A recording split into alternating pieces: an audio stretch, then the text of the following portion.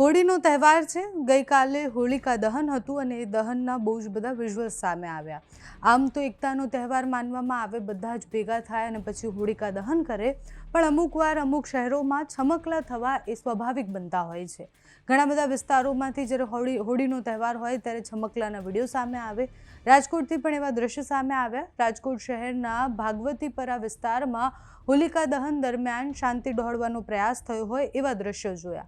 હોલિકા દહન દરમિયાન બે જૂથ એક સામે આવી ગયા, જેમાં એક યુવક, એ મુસ્લિમ યુવક એક વ્યક્તિને જે હિન્દુ છે એને થોડા દૂર જવા માટે કહે છે, થોડાક સાઈડ જવા માટે કહેતા એ નાનકડી બાબતે બંને પક્ષ આમને સામને આવી ગયા। એના પછી ટોળા બન્યા, એટલે એક બાજુ જે આસપાસના લોકો હતા એ ભેગા થયા, બીજી બાજુ જે છોકરાની સામે દાદાગીરી કરવામાં આવી રહી હતી એને ટોળું બોલાવ્યું અને પછી એ જૂથ અથડામણમાં ફેરવાઈ ગયું।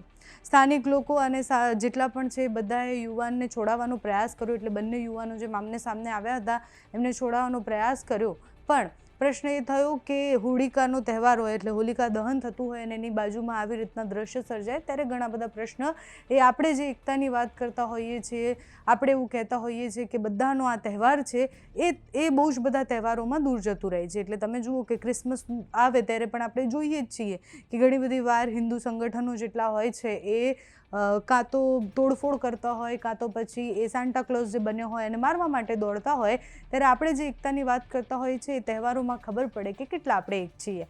સામાન્ય બાબત હતી, આમાં કોઈ જ ધર્મની વાત પણ ન હતી। એક માણસને સાઈડમાં જવાનું કહેતા જ બંને જૂથ આમને સામને આવી જાય છે।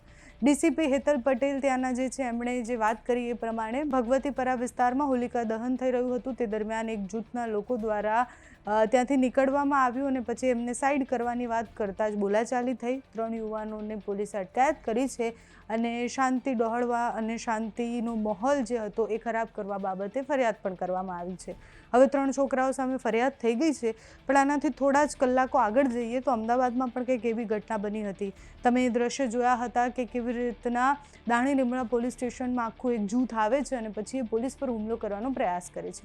એ બાબત શું હતી? તો એ બાબત એ હતી કે એક યુવક, એક હિન્દુ યુવક એક મુસ્લિમ કપલને એવું કહે છે કે તમે જય શ્રી રામ બોલો। એ મુસ્લિમ કપલ એ ટોળાને બોલાવે છે અને પછી એ યુવકને પોલીસ લઈ જતી હોય છે, ત્યારે એ ટોળું જે છે એટલું ઉગ્ર બની જાય છે કે યુવકને મારવાનો પ્રયાસ કરે છે। પોલીસ વચ્ચે આવે છે તો પોલીસ પર હુમલો કરી દે છે।